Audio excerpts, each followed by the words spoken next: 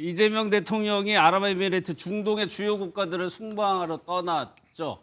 국빈 대접을 했는데 영상을 좀 먼저 보도록 하겠습니다.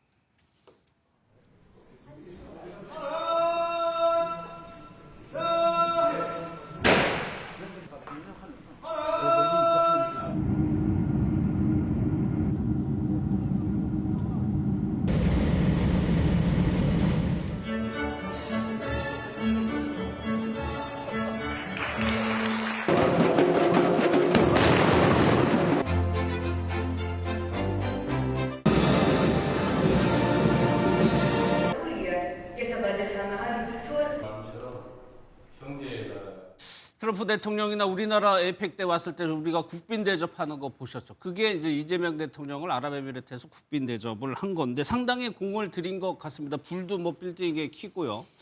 UAE가 이렇게까지 하는 이유가 뭐가 있을까요? 그러니까 서로 간에 어쨌든 경제 협력에 관한 요구가 이제 상당히 크다 이렇게 볼 수 있을 것 같아요. 그동안에 이제 UAE 같은 경우에는 어떻게 보면 우리 중동 진출의 하나의 교두보로서 방산이나 또 원전이나 이런 관련된 이제 경제적 혹은 산업적 관계들이 굉장히 깊었는데요. 예. 거기에 더 나아가서 어쨌든 뭐 이제 AI 시대로의 전환을 지금 준비하고 있지 않습니까? 그런 차원에서 기존의 양국 간의 경제 협력 관계를 훨씬 더 이제 심화시키고 격상시키겠다.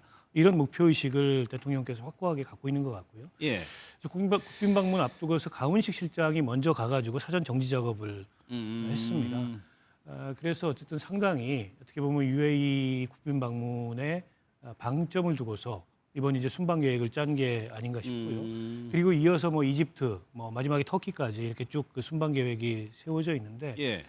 전체적으로 이제 G20 정상회의를 전후로 한 순방 일정이긴 하지만 어떻게 보면 우리가 이제 올해 마지막 다자 외교이기도 하고 그렇죠. 또 네. 중동이라는 건 그동안에 어떻게 보면 우리 입장에서는 원유라든지 이런 것들을 수입하는 수입처로만 그동안 생각돼 왔지 예. 적극적으로 이제 중동에 경제적 진출을 한다라는 개념은 갖고 있지 않았는데 그런 이제 뭐 일종의 이제 우리 경제 협력의 뭐랄까요 영토를 확장한다 예. 이런 의미 부여를 하고 있는 게 아닌가 싶습니다. 예. 실장님은 어떻게 보셨나요? 뭐 석유 부국이라고 뭐 저희가 타이틀을 붙였습니다. 그렇죠. 예. UAE는 사실은 중동에서도 가장 성장력이 지금 굉장히 잠재력이 높고요.